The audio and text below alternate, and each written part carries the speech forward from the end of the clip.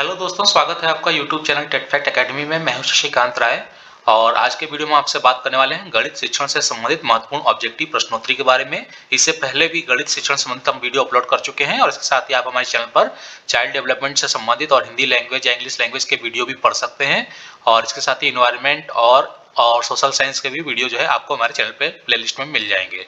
और ये सारे वीडियो जो हैं आपके केंद्रीय शिक्षक पात्रता परीक्षा, उत्तर प्रदेश शिक्षक पात्रता परीक्षा के लिए बहुत ही उपयोगी सिद्ध हो सकते हैं। तो अगर आप हमारे चैनल पर तैयारी करना चाहते हैं तो आप हमारे चैनल को सब्सक्राइब कर सकते हैं। सब्सक्राइब करने के लिए बेल आइकन पर प्रेस करिएगा और ऑल पे क्लिक कर दीजिएगा।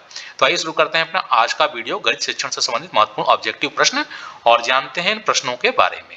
तो यहाँ पर हमने जो है प्रश्न दे दिया है और 4 आंसर दे दिए हैं और आंसर को जो है ग्रीन कलर से हाईलाइट किया हुआ है और इनको जो है आप आसानी से जो है देख सकते हैं, पढ़ सकते हैं और समझ सकते हैं। तो आइए पहला प्रश्न ले लेते हैं। राष्ट्रीय पाठचर्या की रूपरेखा 2005 के अनुसार विद्यालय में गणित उन परिस्थितियों में पनपता है जब, इसका आंसर है ए, गणित बच्चों के जीवन के अनुभव का हिस्सा हो जाए। ठीक है, क्योंकि पहला ही आंसर है तो बाकी ऑप्शन हम नहीं पढ़ रहे हैं। तो यहाँ पर कह रहे हैं कि एनसीएफ 2005 के अनुसार विद्यालय में गणित उन परिस्थितियों में पनपता है जब गणित बच्चों के जीवन के अनुभव का हिस्सा हो जाए। ठीक है, दूसरा क्वेश्चन है, एक रचनात्मक कक्षा में शिक्षकों को निम्न में से क्या नहीं करना चाहिए? विद्यार्थियों को प्रश्न के हल ढूंढने के लिए अपनी नीतियां विकसित करने देना, विद्यार्थियों को सूत्र रखने के लिए कहना, रटने के लिए कहना, ऐसी परिस्थितियां बनाना जिनमें विद्यार्थी हल खोजने में प्रवृत्त हो और विद्यार्थियों को गणितीय साधनों को अपने अर्थ बनाने देना। तो ये प्राइमरी लेवल की जो है क्वेश्चन है और ये रचनात्मक कक्षा की बात हो रही है। तो रचनात्मक कक्षा में क्या करते हैं हम लोग, बच्चों को जो है फ्री छोड़ देते हैं सीखने के लिए। तो यहाँ पर स्पष्ट लिखा है कि क्या नहीं करना चाहिए। तो शिक्षक को जो है विद्यार्थियों को सूत्र रटने के लिए कभी नहीं कहना चाहिए, क्योंकि रचनात्मक कक्षा में बच्चा अपने आप करके सीखता है। तो यहाँ पे जो आंसर है वो बी है। आइए अगला प्रश्न ले लेते हैं। अगला प्रश्न है, किसी विद्यार्थी में निम्न में से क्या आंकना चाहिए? ए है गणितीय संप्रेषण, बी है बिना समझे रटने की क्षमता और शिक्षकों को सुनने की क्षमता, और डी है अवधारणाएं न समझने पर भी प्रश्न नहीं पूछने की प्रवृत्ति। तो कह रहे हैं कि इसमें जो है निम्न में से विद्यार्थी को क्या आंकना चाहिए, किसी विद्यार्थी में निम्न में से क्या आंकना चाहिए, यानी शिक्षक क्या आंके। तो गणितीय संप्रेषण। गणितीय संप्रेषण का मतलब यह है कि विद्यार्थी और शिक्षार्थी के बीच में संचार प्रभावी रूप से हो रहा है कि नहीं हो रहा है। शिक्षक को विद्यार्थी में यही चीज ढूंढनी चाहिए। तो गणित की क्लास है तो गणितीय संप्रेषण ढूंढना चाहिए। इसके बाद ले लेते हैं अगला प्रश्न, क्वेश्चन नंबर है 4। क्वेश्चन नंबर 4 में कह रहे हैं कि गणितीय सार संग्रह के लेखक हैं आर्यभट्ट, भास्कराचार्य, महावीराचार्य और ब्रह्मगुप्त। तो यहाँ पर आंसर है सी, महावीराचार्य, और उत्तर भी महावीराचार्य है। भास्कराचार्य गलती से शायद ग्रीन कलर हो गया है, बाई मिस्टेक हुआ है, तो भास्कराचार्य मत समझिएगा, महावीराचार्य इसका आंसर है। और नोट में यहाँ लिखा हुआ है कि मैसूर के महावीराचार्य ने गणित सार संग्रह लिखा है और जिसमें उन्होंने लघुत्तम समापवर्तक निकालने की प्रचलित तरीके का वर्णन किया है। इसके साथ ही इन्होंने दीर्घ वृत्त के अंदर निर्मित चतुर्भुज का क्षेत्रफल निकालने का सूत्र भी निकाला है। तो ये क्वेश्चन काफी इंपॉर्टेंट है, इसको देख लीजिएगा। 5वां क्वेश्चन है, किसका कथन है कि शिक्षक शिक्षण उपकरणों के माध्यम से शिक्षण को अस्थायी एवं रोचक बना देते हैं? मतलब ये स्टेटमेंट दिया हुआ है, किसने कहा है? तो ये कहा है मेकन तथा रॉबर्ट ने। ठीक है, आंसर है सी, मेकन तथा रॉबर्ट ने कहा है। इस प्रकार के प्रश्नों को आप डायरेक्टली बिल्कुल याद कर लीजिए। ठीक है, आइए अगला प्रश्न लेते हैं। क्वेश्चन नंबर 6 है, गणित शिक्षण की स्वयं सिद्ध विधि में कौन सी विधि सम्मिलित नहीं है? नीचे ऑप्शन दिए हैं, यूक्लिड विधि, गैर यूक्लिड विधि, आनुवांशिक विधि, औपचारिक स्वयं सिद्ध विधि। तो आंसर है आनुवांशिक विधि। आनुवांशिक विधि जो है गणित शिक्षण की स्वयं सिद्ध विधि में से सम्मिलित नहीं है। ठीक है, उसके बाद क्वेश्चन नंबर 7 ले लेते हैं। क्वेश्चन नंबर 7 कह रहा है कि निम्न में से कौन सी विधि देखो, सुनो और समझो के सिद्धांत पर आधारित है?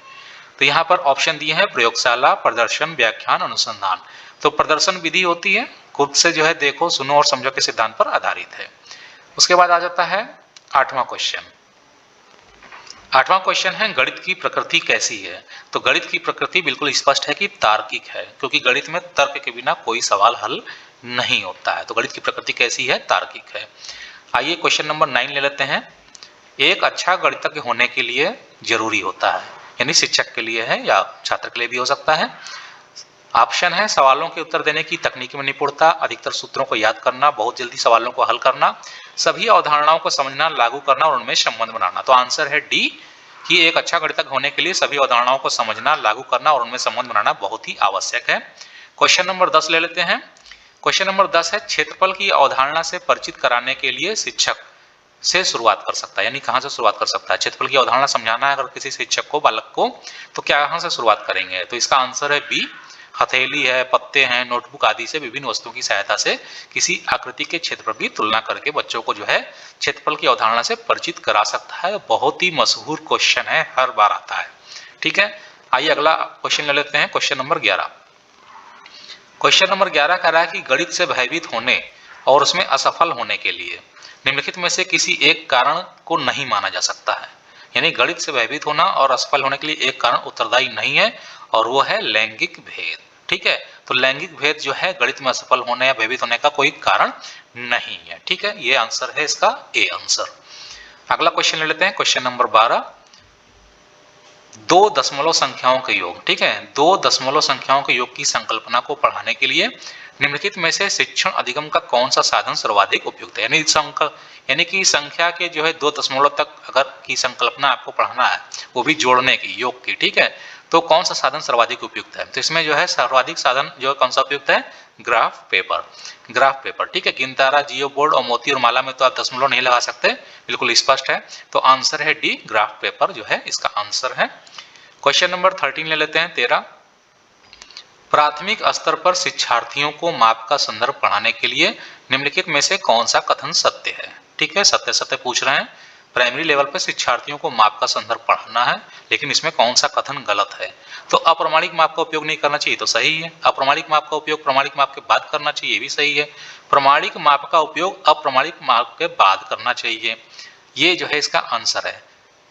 ठीक है, तो क्वेश्चन नंबर 13 का है क्या? प्राथमिक स्तर पर शिक्षार्थियों को माप का संदर्भ पढ़ाने के लिए निम्नलिखित में से कौन सा कथन सत्य है?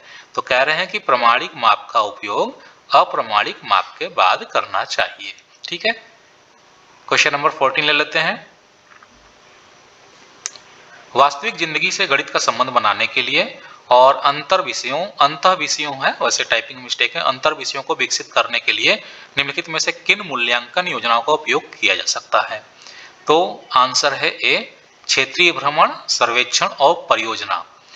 मतलब क्षेत्रीय भ्रमण, सर्वेक्षण और परियोजना के माध्यम से गणित का जो है बालक के साथ वास्तविक जिंदगी से संबंध बनाया जा सकता है। ठीक है, तो ये मूल्यांकन जो है इस प्रकार से अगर आप करेंगे, यानी क्षेत्रीय भ्रमण के आधार पर मूल्यांकन करिए, सर्वेक्षण करवा के मूल्यांकन करिए, परियोजना देके मूल्यांकन करिए, तो आप बच्चे को जो है उसकी वास्तविक जिंदगी को जो है गणित से जो है जोड़ सकते हैं, संबंध बना सकते हैं। ठीक है, आइए क्वेश्चन नंबर 15 और आखिरी है।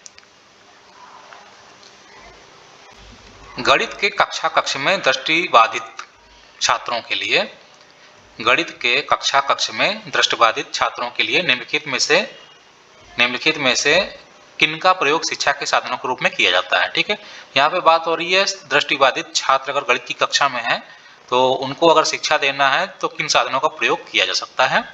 तो इसका जो है आंसर है आपका टेलर का गिनतारा, कंप्यूटर और जियो बोर्ड। ठीक है, उत्तर है डी, टेलर का गिनतारा, कंप्यूटर और जियो बोर्ड के माध्यम से आप जो है उनको जो है शिक्षा दे सकते हैं। ठीक है, तो ये सारे क्वेश्चन जो है आपके कंप्लीट हो गए। यहाँ पे 15 क्वेश्चन आज के वीडियो मैंने जो है दिए थे। उम्मीद है कि आपको वीडियो पसंद आया होगा। वीडियो पसंद आया हो तो लाइक जरूर कर दीजिएगा, और आगे आने वाले वीडियो के नोटिफिकेशन पाने के लिए चैनल को सब्सक्राइब करना मत भूलिएगा। तो जल्दी हम अपने नए वीडियो के साथ पुनः आपके सामने उपस्थित होंगे, तब तक के लिए इजाजत दीजिए, धन्यवाद।